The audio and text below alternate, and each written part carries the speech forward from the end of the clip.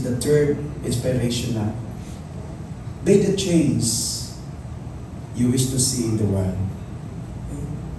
Be the change you wish to see in the world. This phrase serves as a powerful call to action, urging each of us to take personal responsibility for the impact we want to create.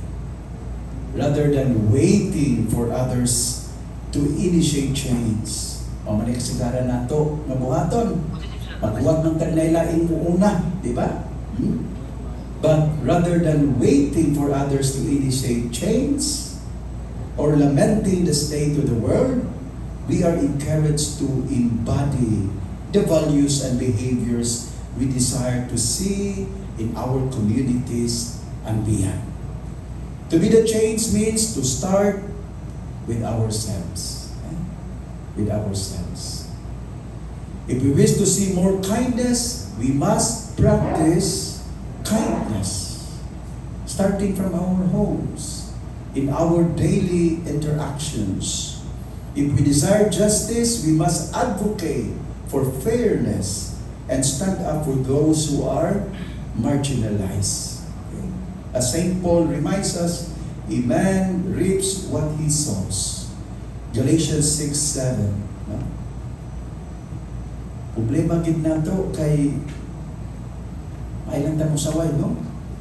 Panalitan ka ng issue sa corruption. Kita mo ang numero uno manaway sa ang opisyalis sa gobyerno. Pero without knowing it, kita man ang sinugdanan sa corruption.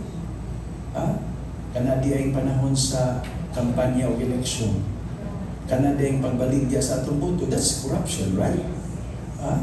O kanang pagdawat sa kwarta sa mga opisyalis o kanang kandidato, that's a form of corruption. So, the first election will happen not at the precincts, but in each of our hearts. Pili matadaan. Pagtarong ta, dili. O dawat ta o dili. So ang election na una ay tabo dili. So kinsay mo daog depende na nato. Okay? By living out our values, we hope to become catalysts for a collective movement toward positive change. Let me end with a story.